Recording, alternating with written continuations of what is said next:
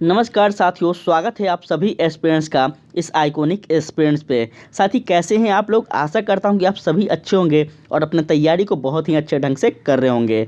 साथ ही ये आज आपका जो प्रैक्टिस सेट है ये आपका सेकंड प्रैक्टिस सेट है और आपको बता दें कि साथियों आपका जो कि नया पैटर्न आया है जो कि 120 नंबर वाला अब होगा। ठीक है, इसी पे आधारित यह न्यू प्रैक्टिस सेट है जो कि हम करवाने वाले हैं। कल ही स्टार्ट किए हैं, कल आपका प्रैक्टिस सेट नंबर 1 हो चुका है।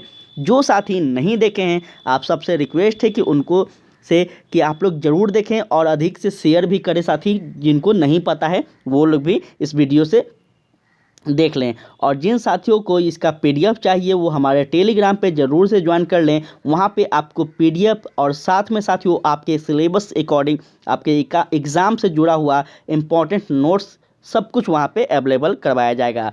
तो साथियों हम पहले जीएस का जो प्रश्न है, आपका सामान्य अध्ययन का जो प्रश्न है उसको हम हल करेंगे। उसके बाद आपका मैथ और रीजनिंग के जो क्वेश्चन है उस पर हम हल करेंगे। ठीक है, तो क्लास को पूरा देखिएगा, बहुत इंपॉर्टेंट प्रश्न है साथ ही इस प्रैक्टिस सेट में जो कि आपके एग्ज़ाम में पूछा जा सकता है। ध्यान दीजिएगा, सबसे पहले यहाँ पे प्रश्न कह रहा है आपका जीएस का कि मवेशी में मुख और पैरों के रोग किसके कारण होता है। बहुत इंपॉर्टेंट यह प्रश्न है जो कि आपका सबसे पहला यह प्रश्न है। इसका राइट आंसर हो जाएगा साथियों आपका विषाणु। ठीक है, याद रखेंगे साथी कि मवेशी में मुख और पैरों के जो रोग होते हैं वह विषाणु के कारण होते हैं और पशुओं में विषाणु जनित रोग जो है साथियों उसको आप लोग ज़रूर से लिख लेंगे। हम आपको हमेशा बोलते हैं कि आप जब भी हमारा क्लास देखें तो आप लोग कॉपी पेन को लेकर बैठा करें। तो ध्यान देंगे कि पशुओं में जो विषाणु पाए जाते हैं निम्न प्रकार के हैं जो कि हम बता रहे हैं, आप लोग लिख लीजिए। पहला साथी मुंह व खुद की जो बीमारी है उसको, उसके बाद पशु फ्लेक एवं साथियों रेबीज, ये 3 प्रकार की जो है यह आपका विषाणु पाया जाता है पशुओं में। ठीक है, बहुत ही इंपॉर्टेंट है और इसमें रेबीज जो है ये सबसे ज़्यादा फैला हुआ साथियों सबसे ज़्यादा प्रसिद्ध यह बीमारी है।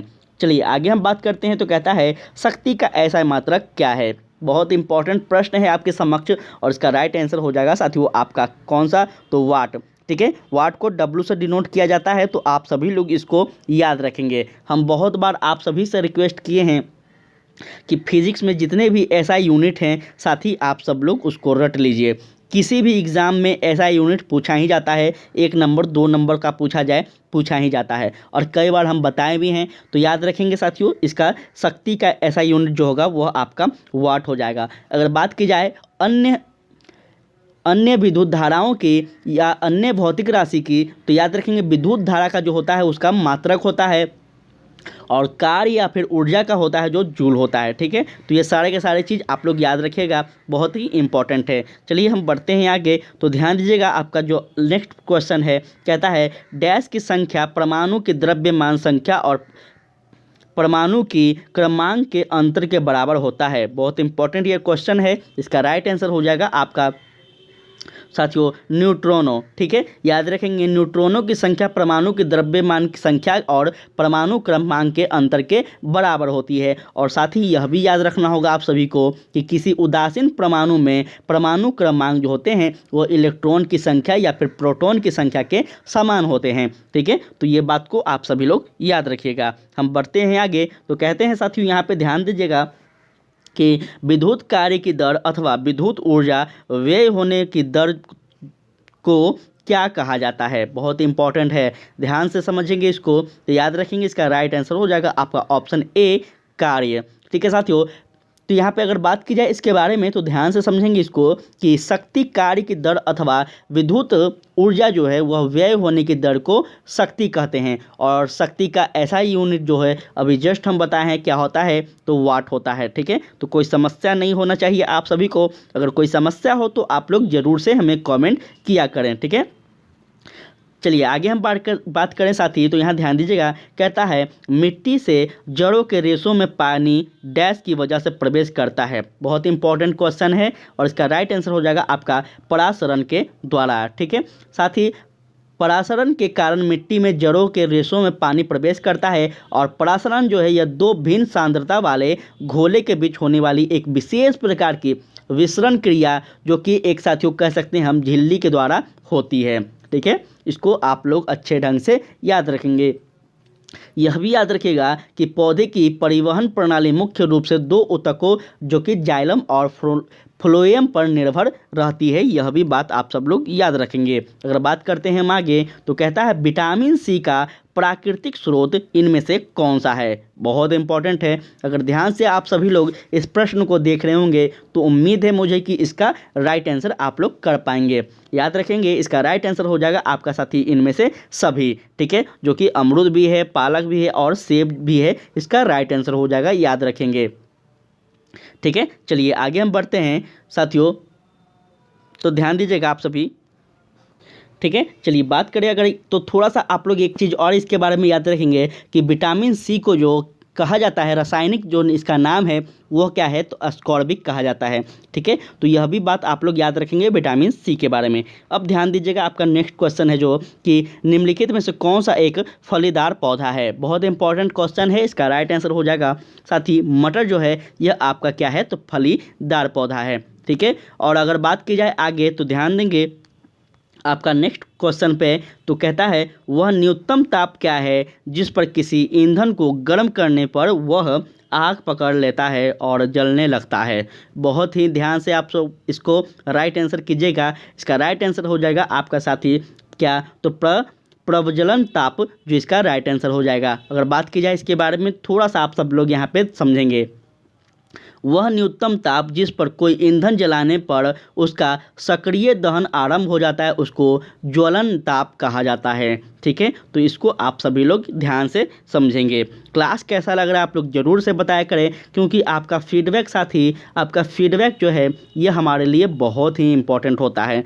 ठीक है, तो आप लोग ज़रूर से बताया करें, और आपके लिए जो भी मार्केट में इम्पॉर्टेंट बुक आ रहा है साथी हम तुरंत आपके लिए लेकर आ जा रहे हैं। तो प्लीज़ आप सभी से रिक्वेस्ट है कि आप लोग क्लास को शेयर किया करें ताकि और भी अधिक लोगों तक पहुंच सके और हम आपके लिए और भी बेहतर कंटेंट को अवेलेबल करवा सकें।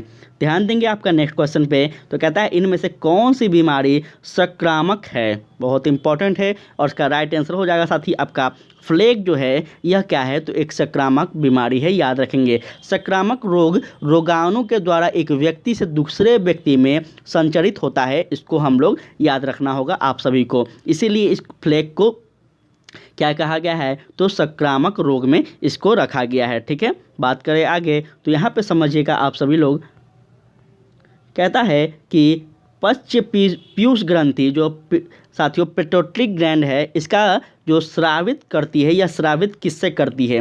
ठीक है, तो बहुत ही इंपॉर्टेंट है जो पिट्यूटरी ग्लैंड है, यह बहुत ही इंपॉर्टेंट यह ग्लैंड है, बहुत ही इंपॉर्टेंट ग्रंथि है। याद रखेंगे इसके बारे में, तो इसका राइट आंसर हो जाएगा साथियों आपका ऑक्सीटोसिस। ठीक है, इसका राइट आंसर ऑप्शन डी हो जाएगा, याद रखेंगे। बात की जाए इसके बारे में तो थोड़ा सा आप लोग यहाँ पे समझेंगे कि ऑक्सीटोसिस जो ग्रंथि साथियों यहाँ से लेकर बच्चा जन्म लेने के बाद भी दूध के स्राव में यह इसका क्या होता है, सहायक होता है। और याद रखना होगा आप सभी को इसके बारे में और भी कि जो यहाँ पे साथी थोड़ा सा आप सभी यहाँ पे ध्यान दीजिएगा कि जो ये एस्ट्रोजोन है, इसका भी अगर बात की जाए, यह भी आपसे पूछा जाए तो याद रखें, क्योंकि यह भी जो हार्मोन्स है बहुत ही फेमस हार्मोन्स है और बहुत बार पूछा जाता है। तो याद रखेंगे साथी कि एंड्रोजोन हार्मोन्स का स्राव ग्रेफिन पुटिकाओं के द्वारा होता है। ठीक है, कहाँ से होता है, ग्रेफिन पुटिका।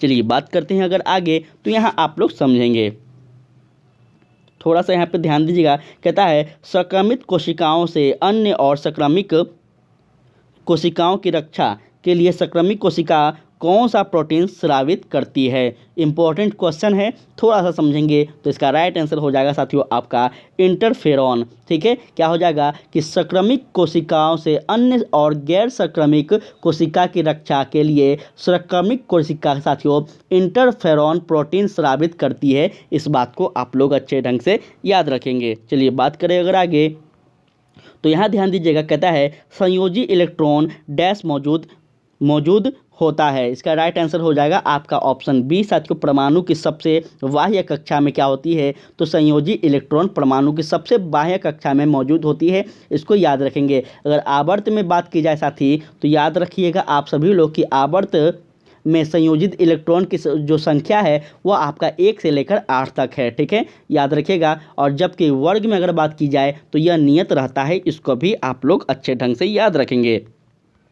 बात की जाए आगे तो यहाँ पे ध्यान दीजिएगा, कहता है कैंसर के इलाज में ब्राह विकिकरण थेरेपी निम्न में से किसका उपयोगी किया जाता है। इंपॉर्टेंट क्वेश्चन है, इसका राइट आंसर हो जाएगा आपका साथ कौन सा, तो ऑप्शन ए कोबाल्ट 16 जो है यह आपका राइट आंसर हो जाएगा, याद रखेंगे, ठीक है। विकिकरण थेरेपी की अगर बात की जाए तो इसके बारे में और भी कुछ इंपॉर्टेंट आप लोग लिख लेंगे। सबसे पहला आता है S74, ठीक है, यह क्या है, तो यह किस चीज़ में उपयोग में आता है, तो याद रखेंगे ट्यूमर की खोज में इसको यूज किया जाता है, ठीक है। उसके बाद आपका है Na24, यह किस चीज़ में उपयोग किए जाते हैं, तो परिसंचरण तंत्र में रक्त के थक्के का पता लगाने के लिए किया जाता है, ठीक है। तो ये सारे के सारे आप लोग याद रखेंगे। चलिए बात करें आगे, तो कहता है किस समूह के सदस्य को आमतौर पर स्पंज कहा जाता है। बहुत इंपॉर्टेंट क्वेश्चन है और इसका हो जाएगा साथियों आपका पोरीफेरा जो होगा इसका राइट आंसर होगा, ठीक है, इसको याद रखेंगे। आगे हम बढ़ते हैं तो कहता है उस धातु का नाम बताएं जिसे आसानी से चाकू से काटा जा सकता है। बहुत इंपॉर्टेंट क्वेश्चन है, समझेंगे थोड़ा सा यहाँ पे, जिसे आसानी से काटा जा सकता है। इसका राइट आंसर हो जाएगा आपका साथी ऑप्शन ए, सोडियम जो है इसको आसानी से चाकू से काटा जा सकता है, याद रखिएगा। सोडियम को मिट्टी के तेल में डुबो कर रखा जाता है, यह भी बात आपसे याद रखना होगा। आपसे पूछा जाएगा कि कौन सा एलिमेंट को, कौन सा धातु को मिट्टी के तेल में डुबो कर रखा जाता है, तो आप याद रखेंगे सोडियम को। नकारात्मक तत्व त्वरण निम्न में से किसकी दिशा में विपरीत होता है। बहुत इंपॉर्टेंट है, इसका राइट आंसर हो जाएगा आपका वेग, वेलोसिटी की दिशा में, ठीक है। नकारात्मक त्वरण जो है यह आपका वेलोसिटी की दिशा में क्या रहता है साथी, तो विपरीत रहता है, याद रखिएगा। बढ़ते हैं आगे तो कहता है इनमें से कौन सा एक सेप्रोप्रोटोप है। इंपॉर्टेंट है, ध्यान दीजिएगा। इसका राइट आंसर हो जाएगा आपका ऑप्शन बी साथी, क्या हो जाएगा, तो मशरूम जो है यह आपका राइट आंसर होगा, ठीक है। कोई जीव या पौधे जो मरे हुए और अक्षकार्य जैविक पदार्थों को अवशोषित करने खाते हैं, वह अपना पोषण को प्राप्त करते हैं, उसे साथियों मृत जीवी कहते हैं, याद रखेगा। आप सभी लोग पढ़े होंगे तो इसको याद रखिएगा। बात करें आगे तो यहाँ ध्यान दीजिएगा, कहता है कि रिक्त स्थानों में सबसे उपयुक्त विकल्प भरें। ध्वनि की पिच डैश पर निर्भर करती है। इसका राइट आंसर जो है वो आपका हो जाएगा ऑप्शन साथी ए, साथियों क्या हो जाएगा, तो फ्रीक्वेंसी, ठीक है। आवृत्ति जो है यह आपका राइट आंसर हो जाएगा, याद रखेंगे। पिच ध्वनि का वह लक्ष्य है जिसके कारण ध्वनि को मोटा या फिर तच्छ्य कहा जाता है, ठीक है। इस बात को आप लोग अच्छे से याद रखेंगे। बढ़ते हैं हम आगे तो कहता है काम करने की क्षमता को क्या कहा जाता है। साथ ही काम करने की जो क्षमता होता है वो आपका ऊर्जा होगा। ये तो आप कॉमन सेंस वाली बात है, सभी को पता होना चाहिए कि अगर हमारे बॉडी में, अगर हमारे शरीर में साथी ऊर्जा नहीं होगा, एनर्जी नहीं होगा, तो हम किसी भी कार्य को नहीं कर पाएंगे। इनफैक्ट हम लोग साथी यहाँ से उठकर वहाँ तक नहीं जा पाएंगे, इतना ज़्यादा इसका इम्पोर्टेंट है हमारे शरीर के लिए, ठीक है। तो इसको याद रखेंगे आप सभी। अगर बात की जाए आगे तो कहता है कवक की कोशिका भित्ति किससे बनी होती है। इंपॉर्टेंट क्वेश्चन है, उसका राइट आंसर हो जाएगा आपका काइटिन, ठीक है साथी, क्या हो जाएगा, काइटिन हो जाएगा। याद रखिएगा कि कवक की जो कोशिका भित्ति होती है यह काइटिन का बनता है और कवक का अध्ययन साथियों आपका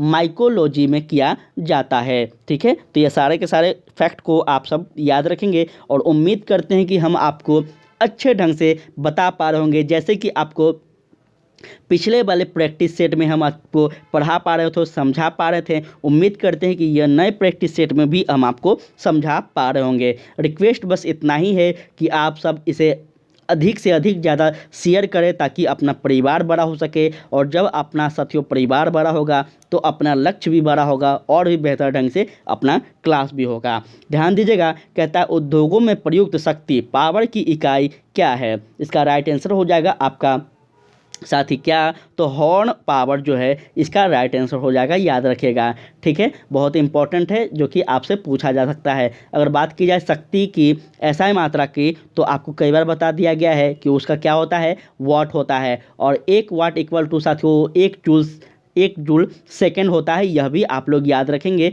बहुत ही इंपॉर्टेंट है। ठीक है, चलिए बात की जाए आगे, तो कहता है वायु में 0 डिग्री सेल्सियस तापमान पर ध्वनि की गति होगी कितनी, तो याद रखेंगे इसका राइट आंसर हो जाएगा आपका, साथ ही क्या हो जाएगा, तो 331 मीटर प्रति सेकंड होगी, याद रखेंगे। ठीक है, कब होगी साथियों, वायु में जब 0 डिग्री सेल्सियस तापमान पर ध्वनि की गति कितनी होगी, तो 331 मीटर प्रति सेकंड होगी, याद रखेंगे। अगर विभिन्न माध्यम की बात की जाए और उसके 0 डिग्री ध्वनि की चाल की बात की जाए, तो याद रखेंगे आपसे पूछा जाएगा कि पारा का कितना होगा 0 डिग्री तापमान वायु में। ठीक है, तो याद रखेंगे इसका होगा साथियों आपका 1450।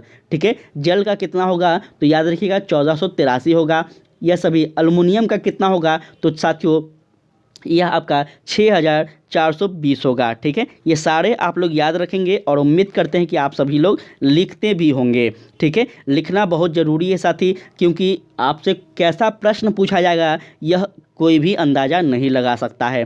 ठीक है, इसलिए हम बार बार बोल रहे हैं कि आप लोग लिखा करें, ताकि कुछ भी हम जो बता रहे हैं शायद वहाँ से भी क्वेश्चन आपको देखने को मिल जाए, तो आप सही कर पाएंगे। आगे बढ़ते हैं, तो कहता है ओडोमीटर एक ऐसा उपकरण है जिसका उपयोग गाड़ियों में डैश मापने के लिए किया जाता है। इसका राइट आंसर जो होगा वो आपका हो जाएगा साथियों क्या, तो डिस्टेंस को मापने के लिए क्या करते हैं, तो ओडोमीटर उपकरण का प्रयोग किया जाता है गाड़ियों में। ठीक है, इस बात को आप लोग अच्छे से याद रखेंगे, जब भी आप लोग ड्राइविंग करें तो इस बात को याद रखेंगे। चलिए बात करें अगर आगे, कहता है एक व्यापक पद है जिसमें शरीर के भीतर घटित होने वाली सभी रासायनिक अभिक्रिया शामिल है। इसका राइट आंसर हो जाएगा क्या, तो याद रखेंगे इसका राइट आंसर हो जाएगा आपका चयापचय। ठीक है, क्या हो जाएगा साथियों, ऑप्शन नंबर डी, चयापचय एक व्यापक पद है जिसमें शरीर के भीतर घटित होने वाली सभी रासायनिक अभिक्रिया शामिल है। ठीक है, तो यह बात आप लोग अच्छे ढंग से याद रखेंगे। बढ़ते हैं आगे, तो कहता है निम्नलिखित में से क्या पदार्थ का एक उदाहरण नहीं है। इसका राइट आंसर हो जाएगा आपका साथी क्या, तो ऑप्शन नंबर इसका हो जाएगा गुरुत्व जो है यह आपका क्या है, तो यह पदार्थ का उदाहरण नहीं है। इसको याद रखिएगा आप सब अच्छे ढंग से। आगे अगर बात की जाए, तो कहता है यहाँ ध्यान दीजिएगा, कहता है अस्टियोरोपिस निम्न में से किस अंग से संबंधित विशेषता है। अस्टियोरोपिस निम्न में से किस अंग से संबंधित विशेषता है। थोड़ा सा यह प्रश्न जो है यह आपको समझ में नहीं आ रहा होगा, उलझाने वाला प्रश्न है, लेकिन याद रखेंगे कि हर एग्जाम का एक विशेषता है। आपसे 2-3 ऐसा प्रश्न दिया जाएगा जो कि आप पढ़े होंगे लेकिन आपको समझ में नहीं आएगा, उसमें से यह भी वही प्रश्न है। तो याद रखेंगे इसको हल किया जा सकता है कैसे, ध्यान दीजिएगा। इसका राइट आंसर हो जाएगा, सबसे पहले आप बात की जाए तो इसका राइट आंसर हो जाएगा आपका आँख। ठीक है, याद रखेंगे कि अस्टियोरोपिस जो है साथियों यह आँख से जुड़ी एक विशेषता है जो कि आप सबको अच्छे से पता रखना होगा। ठीक है, और बात की जाए इसके बारे में, तो याद रखेंगे कि अस्टियोरोपिस साथी की प्रक्रिया में मस्तिष्क को 2 रेटिना पर एक ही दृश्य की छवियां की तुलना करता है, और ट्रेमो आँख से संबंधित रोग है। ठीक है, यह आँख से जो संबंधित रोग है वह कौन सा रोग है, तो ट्रेकोमोआ। ठीक है, यह भी आपसे पूछा जा सकता है कि आँख से संबंधित निम्न में से कौन सा रोग है, अलग अलग रोग का नाम दे देगा, तो याद रखेंगे कौन सा होगा, ट्रेकोमोआ। चलिए बात करते हैं आगे, तो ध्यान दीजिएगा, कहता है निम्नलिखित में से कौन सी मादा मच्छर डेंगू वायरस के वाहक के रूप में कार्य करती है। सारा का सारा इंपॉर्टेंट क्वेश्चन है, देख सकते हैं किस प्रकार का है, और इसका राइट आंसर हो जाएगा साथियों आपका एडिस जो है यह आपका राइट आंसर। ठीक है, एडिस मादा मच्छर जो है यह डेंगू वायरस के वाहक के रूप में कार्य करती है, और याद रखेंगे इससे होने वाली जो डिसीज है, बीमारियाँ है, वो आपका डेंगू बुखार है। डेंगू वायरस के कारण फैलने वाला एक मच्छर जाति उष्ण बीमारी है। ठीक है, चलिए बढ़ते हैं हम आगे, तो कहता है छतों पर वर्षा जल संचयन को अनिवार्य बनाने वाला भारत का पहला और एकमात्र राज्य निम्नलिखित में से कौन सा है। बहुत इंपॉर्टेंट क्वेश्चन है। इसका राइट आंसर हो जाएगा आपका ऑप्शन डी साथी, तमिलनाडु जो है इसका राइट आंसर हो जाएगा। ठीक है, छतों पर वर्षा जल संचयन और अनिवार्य बनाने वाला जो राज्य है भारत का एकमात्र, वह आपका कौन है, तो तमिलनाडु है। तमिलनाडु भारत का पहला राज्य है जिसने साथियों राज्य के सभी घरों में क्या किया है, तो साथियों सभी घरों में, राज्य के सभी घरों के छत पर वर्षा संचयन संरचना की अनिवार्य बना दी है। ठीक है, तो यह बहुत ही इंपॉर्टेंट है, आपसे पूछा जा सकता है। बात की जाए आगे तो कहता है निम्नलिखित में से क्या किसी बीज का बीजावरण सीड कोड बनाता है। बहुत इंपॉर्टेंट है, इसका राइट आंसर हो जाएगा आपका साथी क्या, तो अध्यावरण। ठीक है, अध्यावरण इसका राइट आंसर हो जाएगा। इंटेज्यूमेंट, ध्यान से इसको रखिएगा आप सभी लोग। इसके बारे में अगर बात की जाए तो थोड़ा सा यहाँ पे समझ लेंगे इसके बारे में भी कि साथी जो यह आपका जो यह बीजांड साधारण अंडारक होता है, याद रखिएगा। और बीजांड दो अवधारणाओं से ढका रहता है, बाहरी अवधारणा एवं भीतरी अवधारणा। ठीक है, तो इसको अब अच्छे ढंग से याद रखेंगे। चलिए बढ़ते हैं हम आगे। तो कहता है निम्नलिखित में से किसे ग्रीन हाउस गैस के रूप में नहीं जाना जाता है। बहुत इंपॉर्टेंट है, इसका राइट आंसर हो जाएगा साथियों ऑक्सीजन जो है यह ग्रीन हाउस नहीं है, आप सबको पता होगा। ऑक्सीजन को प्राण वायु भी कहा जाता है क्योंकि यह क्या है, एक सभी के लिए एक क्या है साथियों, सांस लेने का एक मतलब एक सांस लेने के लिए एक इम्पॉर्टेंट, यह साथियों धरती पर एक इम्पॉर्टेंट एलिमेंट के रूप में जाना जा सकता है, इसलिए इसे क्या कहता है, तो प्राण वायु भी कहा जाता है। ठीक है, बढ़ते हैं हम आगे। तो कहता है पौधों के विभिन्न पहलुओं के वैज्ञानिक अध्ययन को डैश कहा जाता है। इसका राइट आंसर हो जाएगा आपका साथी वनस्पति विज्ञान। ठीक है, पौधों के विभिन्न पहलुओं के वैज्ञानिक अध्ययन को क्या कहते हैं, तो वनस्पति विज्ञान कहते हैं, याद रखेंगे, बहुत इंपॉर्टेंट है। आगे हम बढ़ते हैं। कहता है निम्नलिखित में से कौन सा एक वायु प्रदूषण से संबंधित नहीं है। वायु प्रदूषण से जो संबंधित नहीं है वह आपका कौन सा नहीं है, तो याद रखेंगे वो हो जाएगा आपका साथी कौन, तो इसका राइट आंसर हो जाएगा आपका साथियों यूटोफिकेशन जो है, इसका राइट आंसर हो जाएगा। यूटोफिकेशन एक वायु प्रदूषण से संबंधित नहीं है। जब झील जलाशय में नाइट्रोजन, फास्फोरस और पोटेशियम की मात्रा अधिक हो जाती है तो ऑक्सीजन की आपूर्ति कम हो जाती है, वहाँ पे साथियों आपका यूटोफिकेशन होता है। ठीक है, तो ये आप लोग जान गए कि यूटोफिकेशन कहाँ पे होता है। बात करते हैं हम आगे। कहता है बढ़ी हुई हृदय दर, जो हार्ट बीट होता है, इसको क्या कहते हैं। ध्यान से समझेंगे, ये बहुत इंपॉर्टेंट है। और इसको साथियों आपका क्या कहेंगे, तो इसको टेरिकार्डिया कहेंगे। ठीक है, क्या कहेंगे, तो टेकिकार्डिया कहेंगे, याद रखेंगे, बहुत इंपॉर्टेंट है, इसको अच्छे से आप लोग याद रखेंगे। यदि हृदय दर जो है, हार्ट बीट जो है, यह अनियमित हो जाए, मतलब नियंत्रण में ना रहे, तो ऐसा कभी अचानक बढ़ जाता है या फिर अचानक घट जाता है, तो इसको आपका एराथीमिया कहलाता है। ठीक है, क्या कहलाता है, एराथीमिया। जब अचानक किसी को, उसको हम एक प्रकार के ब्लड प्रेशर भी कहते हैं अपने शब्दों में। ठीक है, तो इसको आप लोग समझ रहे होंगे अच्छे से। नेक्स्ट अगर बात करें तो कहता है रुधिर में सामान्य ग्लूकोज स्तर रहता है कितना, तो याद रखेंगे यह आपका 80 से 100 ml साथियों रहता है, याद रखेंगे रुधिर में। ठीक है, चलिए बढ़ते हैं हम आगे। तो यहाँ पे ध्यान दीजिएगा आप सभी। कहता है किस समूह के सदस्यों का उपयोग बियर बनाने में किया जाता है। इंपॉर्टेंट क्वेश्चन है और इसका हो जाएगा साथियों ईस्ट। ठीक है, ईस्ट समूह के सदस्यों का उपयोग बियर बनाने में किया जाता है, याद रखेंगे। चलिए बात करें अगर आगे, तो यह भी याद रखेंगे कि साथियों सेक्रोमाइसिस रिवेज को सामान्य ईस्ट कहते हैं। ठीक है, इसको याद रखिएगा आप सभी लोग। ठीक है, किसको कहेंगे, तो सेरोमाइसिस सीरेवेसिस सामान्य को। ठीक है, यह आपसे पूछा जा सकता है कि ईस्ट किसे कहा जाता है, तो आप लोग इसको लिख लीजिएगा अच्छे ढंग से।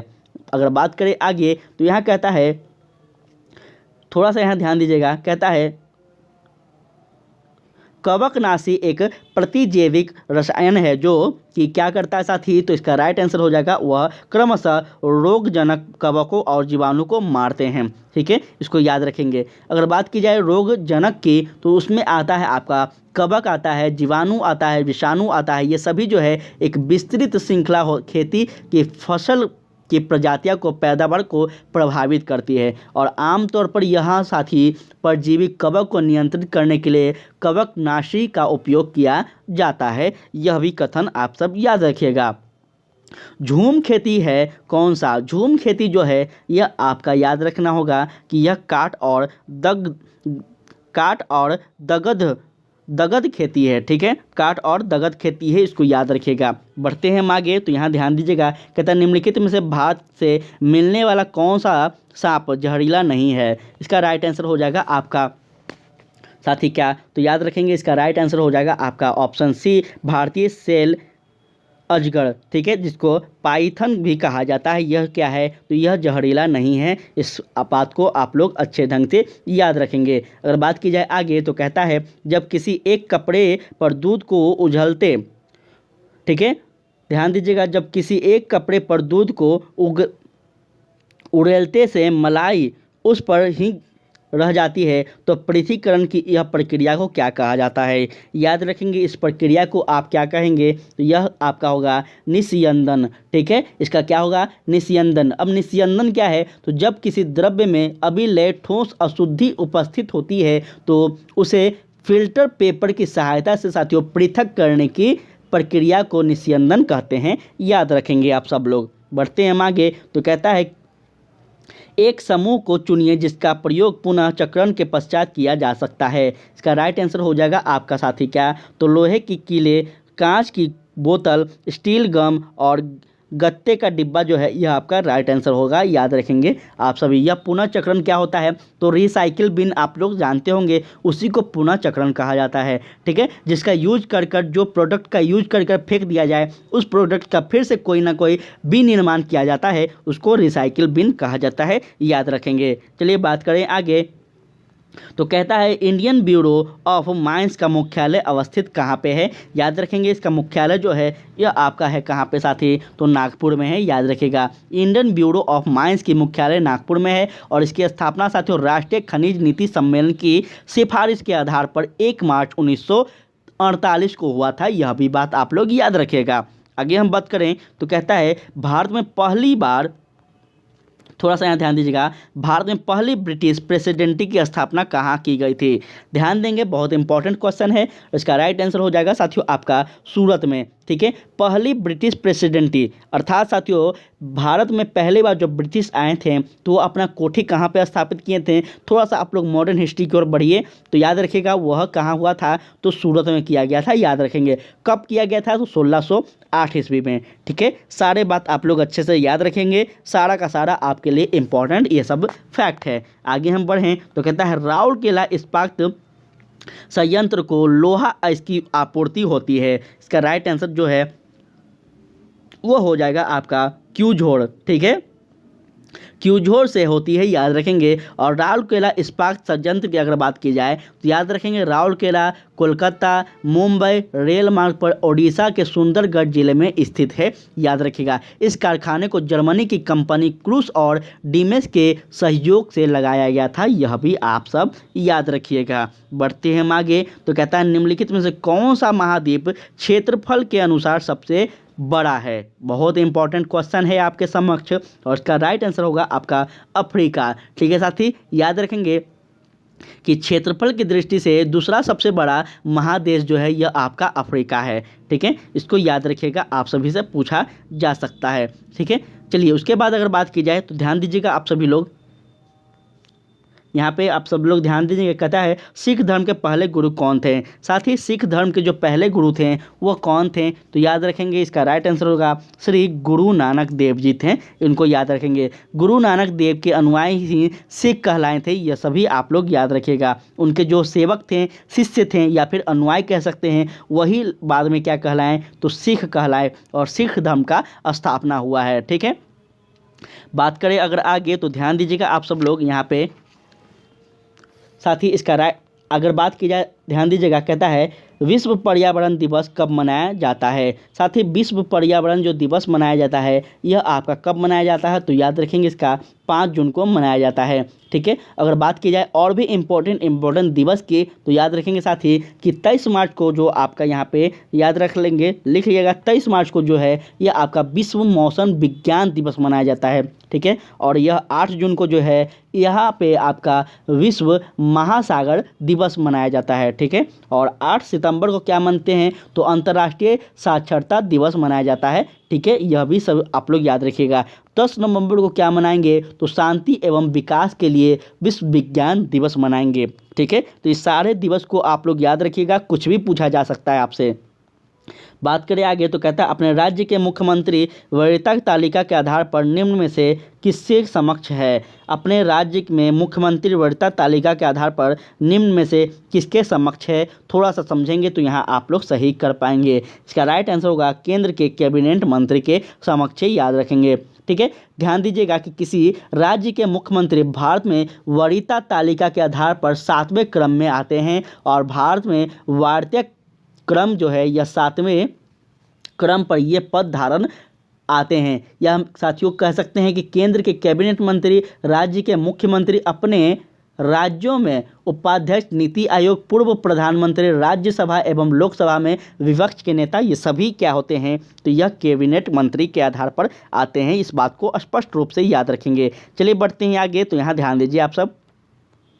कहता है हिंदुस्तान सोशलिस्ट रिपब्लिक एसोसिएशन के संस्थापक निम्न में से कौन थे। बहुत इंपॉर्टेंट क्वेश्चन है आपके समक्ष, और इसका राइट आंसर हो जाएगा साथ ही आपका चंद्रशेखर आज़ाद। ठीक है, याद रखेंगे साथ ही कि हिंदुस्तान सोशलिस्ट रिपब्लिक एसोसिएशन के जो संस्थापक थे वह कौन थे, तो चंद्रशेखर आज़ाद थे। और वर्ष 1928 में साथियों चंद्रशेखर आज़ाद ने दिल्ली में हिंदुस्तान सोशलिस्ट रिपब्लिक एसोसिएशन की स्थापना की थी। इसमें भगत सिंह का भी योगदान सबसे महत्वपूर्ण माना जाता है। तो ये सारे बात आप लोग याद रखेंगे। बढ़ते हैं हम आगे, तो कहता है जनगणना 2011 के अनुसार शीर्ष जनसंख्या घनत्व वाले 4 राज्यों का सही अवरोही क्रम में सजाइए। ध्यान दीजिएगा, इस प्रकार से आपको सजाने के लिए दिया जा सकता है। तो यहाँ पे इसका राइट आंसर जो होगा वो हो जाएगा आपका साथी क्या, तो याद रखेंगे सबसे पहले बिहार, पश्चिम बंगाल, केरल व उत्तर प्रदेश इसका राइट आंसर होगा। ठीक है, बात करें आगे, तो यहाँ पे ध्यान देंगे आप सभी लोग।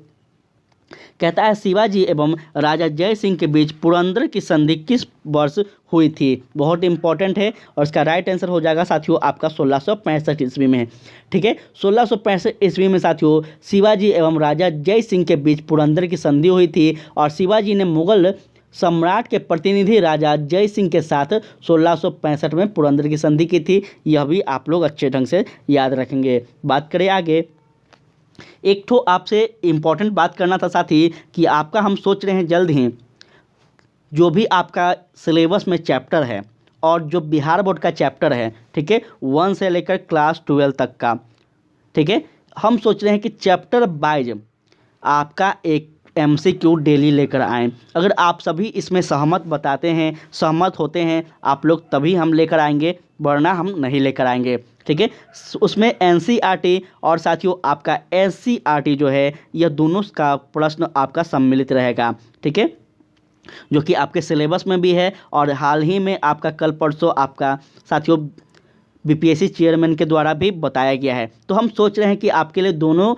का मिश्रण लेकर आएँ ऑब्जेक्टिव क्वेश्चन को, जो कि आप लोग टेस्ट सीरीज के माध्यम से उसको भी हल कीजिएगा, तो आपके लिए ज़्यादा बेहतर होगा, क्योंकि आपके पास टाइम नहीं है।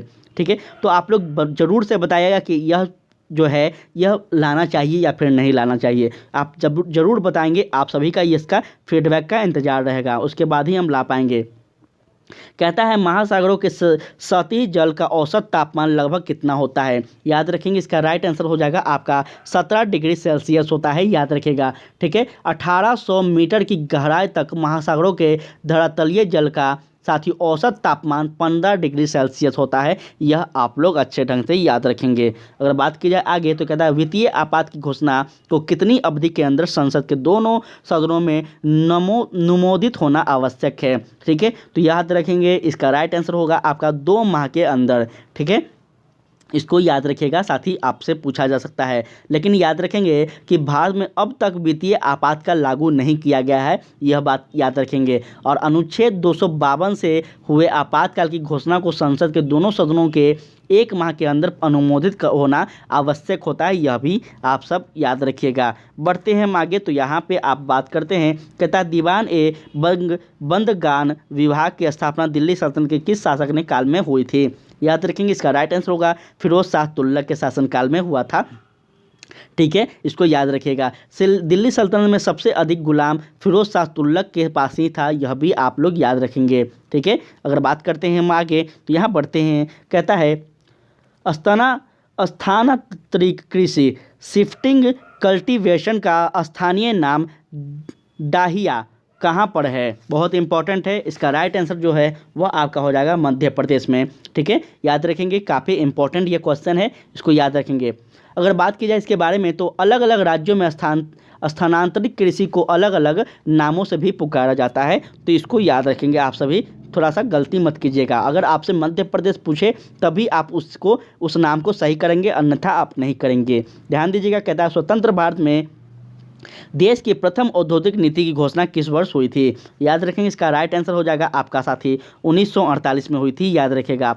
30 अप्रैल 1956 को देश के में द्वितीय औद्योगिक नीति की घोषणा की गई थी और भारत सरकार द्वारा 24 जुलाई 1991 को औद्योगिक क्षेत्र की उदारीकरण, निजीकरण और वैश्वीकरण की नीति की घोषणा की गई थी। चलिए बात करते हैं हम आगे, तो यहाँ ध्यान दीजिएगा, कहता है भू राजस्व के लिए अस्थायी बंदोबस्त प्रणाली किसके द्वारा लागू किया गया? इसका राइट आंसर हो जाएगा आपका लॉर्ड कॉर्नवालिस के द्वारा, जो कि कई बार बताए हैं हम। और कब किया गया था? तो 1793 में। ठीक है, कब किया गया था? 1793 में किया गया था, याद रखिएगा।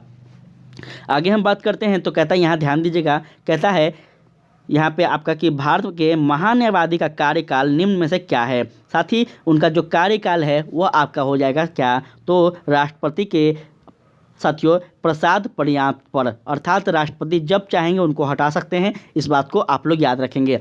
इनका जो नियुक्ति होता है वह किस अनुच्छेद के अंतर्गत होता है? तो याद रखेंगे कि भारत के महान्यायवादी का जो पद का उल्लेख किया गया है, ये हमारे भारतीय संविधान के अनुच्छेद 76 में किया गया है। ठीक है, तो इसको आप लोग अच्छे से याद रखेंगे। आगे हम बढ़ते हैं, तो यहाँ कहता है, ध्यान दीजिएगा, निम्न में से कौन सबसे बाद के प्रधानमंत्री पद पर आए थे? बहुत इंपॉर्टेंट है, उसका राइट आंसर हो जाएगा आपका साथी कौन सा? तो आई के गुजराल जो है, यह इंपॉर्टेंट है, याद रखेंगे आप सभी। इनका कार्यकाल की अगर बात की जाए, तो याद रखेंगे आप सभी 31 अक्टूबर 1948 ईस्वी को साथियों।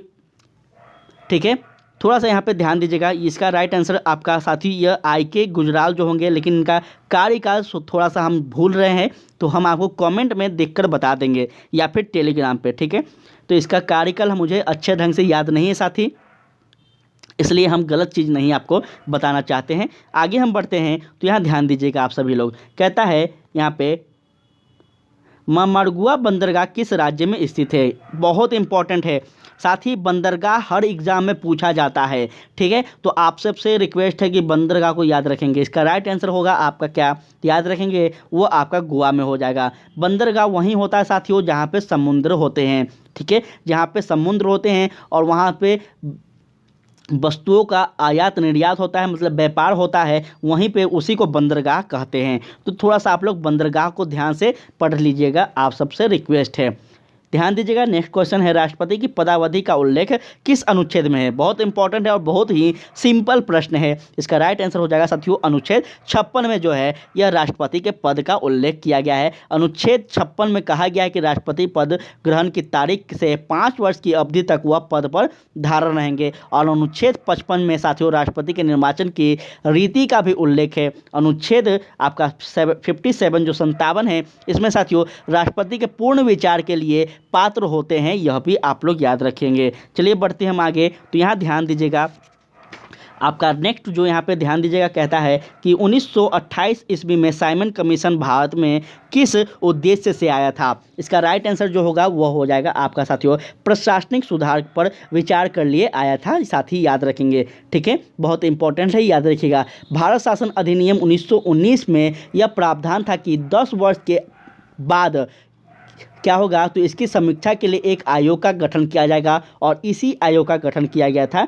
ठीक है, याद रखेंगे इस बात को। हम बढ़ते हैं आगे, तो यहाँ ध्यान दीजिएगा, कहता है भारत के निम्न में से किस राज्य का कोई समुद्री तटरेखा नहीं है। बहुत इंपॉर्टेंट है, इसका राइट आंसर हो जाएगा साथी आपका क्या, तो याद रखेंगे तेलंगाना जो है यह क्या है, तो इसका समुद्री तटरेखा नहीं है। इस बात को अच्छे ढंग से याद रखेंगे। अगर बढ़े हम आगे, तो कहता है मुगल बादशाह जहांगीर ने आत्मकथा तुजुक ए जहांगीरी किस भाषा में लिखी है, जो कि काफ़ी इंपॉर्टेंट है। इसका राइट आंसर होगा आपका फारसी। साथ ही मुगल शासक जितने भी थे वो सभी फारसी भाषा बोलते थे, इसलिए याद रखेंगे उसका क्या होगा आपका फारसी, क्योंकि वो कहाँ से आए थे, मध्य एशिया से आए थे। ठीक है, मध्य एशिया से आए थे जहाँ की फारसी भाषा बोली जाती है, इसलिए आप लोग राइट आंसर फारसी रखेंगे। ठीक है, बात करें आगे, तो कहता है कि निम्न में से कौन चतुराईपूर्ण निष्क्रियता की नीति के साथ जुड़ा है।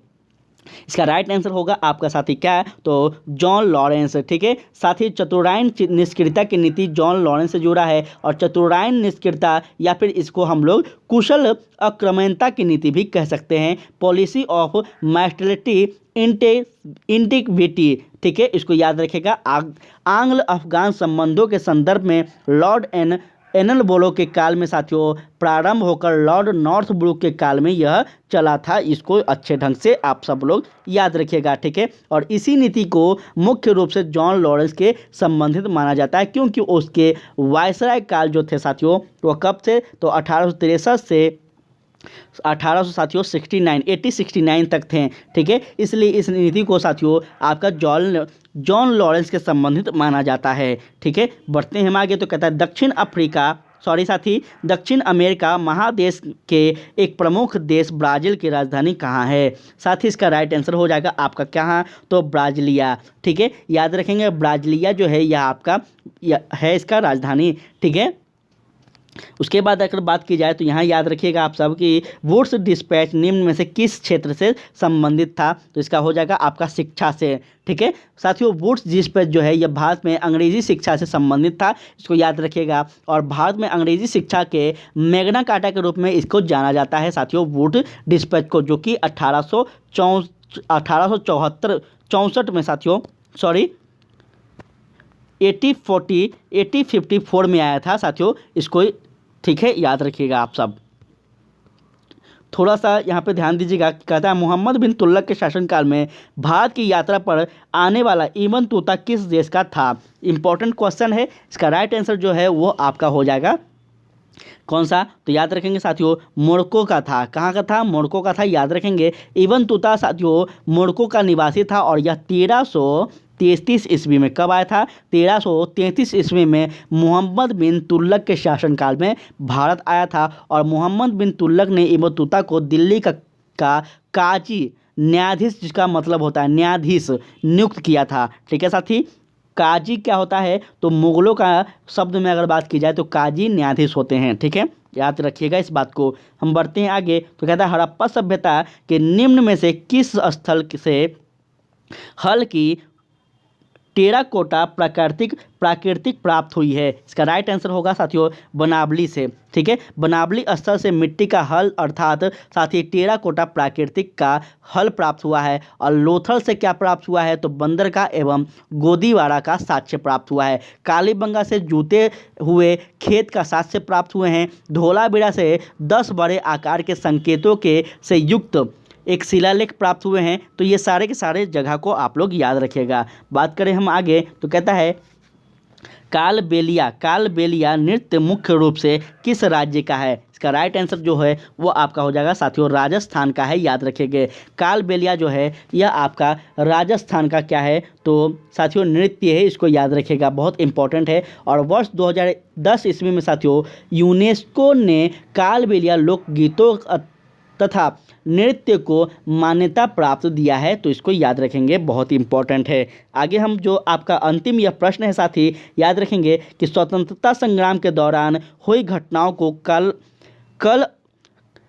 काल अनुक्रमित रूप से आप लोग व्यवस्थित करें, मतलब उसको वर्ष के आधार पर आप लोग सजाना है। आप सभी को देखिए इसी प्रकार से क्वेश्चन दिया जाएगा, तो आपको साथी जितना भी युद्ध हुआ है, जितना भी आक्रमण हुए हैं स्वतंत्रता संग्राम में, आधुनिक भारत में, सब याद रखना होगा आपको डेट, तभी आप इस क्वेश्चन को सही कर पाएंगे। इसका राइट आंसर हो जाएगा साथी आपका क्या, तो ऑप्शन बी हो जाएगा राइट आंसर। ठीक है, सबसे पहले आपका क्या हुआ था, तो याद रखेंगे जलियांवाला बाग 1919 में हुआ था। भारत छोड़ो आंदोलन आपका 1942 में हुआ था। सॉरी साथियों, सबसे पहले आपका जलियांवाला बाग जो कि 1919 में हुआ है। फिर आपका सेकंड जो है यह आपका है असहयोग आंदोलन जो कि 1920 में हुआ है। उसके बाद आपका ध्वज सत्याग्रह है और आपका अंतिम जो था वह भारत छोड़ो आंदोलन था जो कि 1942 में गांधी जी के द्वारा चलाया जाता है। तो यह था साथी आपका सीरीज नंबर सेकंड समाप्त होता है। यहाँ पे आप आंसर की को मिलान कर लीजिएगा। चलिए जल्दी हम लोग अब मैथ और रीजनिंग के प्रश्नों को हल करते हैं। मैथ और रीजनिंग का जल्दी जल्दी हम क्वेश्चन को आप लोग बता देंगे। आप सभी को हम कल बोले थे साथी कि आप क्वेश्चन को सॉल्व करके आप टेलीग्राम पे सेंड कीजिएगा। हम टेलीग्राम ग्रुप बना रहे हैं, तो आप लोग कोई भी फीडबैक नहीं दिए हैं, तो ये गलत बात है। आप लोग फीडबैक ज़रूर दिया करें, हाँ या ना। हम आपके बेहतरीन के लिए यह सब चीज़ सोच रहे हैं, ठीक है। तो आप लोग ज़रूर बताया करें साथी कि आपके लिए ये चीज़ किया जाए कि नहीं, क्योंकि आपको एक साथी मार्गदर्शन ज़रूरी है। आप जो भी बना रहे हैं उसको अच्छा से चेक करना ज़रूरी है, ताकि आपको पता चले कि आप सही बना रहे हैं या फिर गलत बना रहे हैं, ठीक है। इसलिए हम बोले थे आपकी मर्जी, आप लोग करना चाहें या नहीं। ध्यान दीजिएगा, सबसे पहला का जो यहाँ पर आंसर होगा वो आपका बी होगा। क्वेश्चन 2 का जो आंसर होगा वो आपका डी होगा। क्वेश्चन 3 का आंसर आपका सी होगा। और क्वेश्चन 4 का जो आंसर होगा, यहाँ ध्यान देंगे, क्वेश्चन 4 का जो आंसर होगा वो आपका साथी सी होगा। 5 का आपका सी होगा। 6 का आपका डी होगा। 7 का आपका ए होगा। और 7 का साथी 7 का ए होगा, यहाँ पे ध्यान दीजिएगा। और 8 का अगर बात की जाए तो यहाँ ध्यान दीजिएगा, 8 का आपका सी होगा। 8 का सी होगा। 9 का बी होगा। और 10 का आपका डी होगा, ठीक है साथी। इस प्रकार से आप लोग याद रखेंगे। 11 का अगर बात की जाए तो इसका डी होगा साथी। इस प्रकार से आप लोग याद रखिएगा और बहुत ही अच्छे ढंग से आप लोग बनाइएगा साथी, क्योंकि मैथ और रीजनिंग थोड़ा सा लेवल वाला है, ठीक है। सारा दोनों प्रैक्टिस सेट में मैथ और रीजनिंग लेवल वाला है, इसलिए उम्मीद करते हैं कि आप सब बना पा रहे होंगे। इसीलिए हम बोले थे कि हम ग्रुप बना रहे हैं जहाँ पे आपका सॉल्यूशन आप कर भेजेंगे तो आपका चेक किया जाएगा होमवर्क के रूप में। ध्यान दीजिएगा साथियों, 11 नंबर क्वेश्चन का आपका आंसर जो है, इसका आंसर हो जाएगा आपका साथी ऑप्शन डी, ठीक है। 12 नंबर की अगर बात की जाए तो इसका आपका हो जाएगा सी। 13 नंबर की अगर बात की जाए तो यहाँ ध्यान देंगे, 13 नंबर की आपका हो जाएगा साथी, यहाँ पे 13 नंबर का हो जाएगा आपका ऑप्शन बी। और 14 की बात की जाए तो ऑप्शन बी। 15 की अगर बात की जाए तो यहाँ पे ऑप्शन साथी बी। और 16 की अगर बात की जाए तो यहाँ पे ध्यान दीजिएगा, 16 का आपका ऑप्शन ए। 17 का ए। 18 का बी। 18 का यहाँ ध्यान दीजिएगा, 18 का हो जाएगा यहाँ पे, 18 का यहाँ पे बी हो जाएगा। 19 का आपका डी हो जाएगा। 19 का डी हो जाएगा। और 20 का साथी आपका क्या हो जाएगा, तो 20 का भी आपका डी हो जाएगा, ठीक है। 20 का भी आपका डी हो जाएगा। 21 का भी आपका डी हो जाएगा। सारे के सारे प्रश्न को आप लोग हल कीजिएगा। साथ ही 22 का जो है इसका आपका ए हो जाएगा, क्योंकि यहाँ पे क्वेश्चन नहीं दिया गया है, हम अपने गेस के आधार पर बता रहे हैं। जब हम बनाए थे बैठकर तो इसका आंसर लगभग कुछ समथिंग इसके आसपास आ रहा था, तो इसका राइट आंसर नहीं दिया गया है। थोड़ा सा आपको ध्यान देना होगा, ठीक है। इसका ध्यान देना होगा आप सभी को। अगर बात की जाए आगे तो 23 नंबर जो प्रश्न है इसका आपका राइट आंसर बी हो जाएगा। रीजनिंग का क्वेश्चन है ये सभी।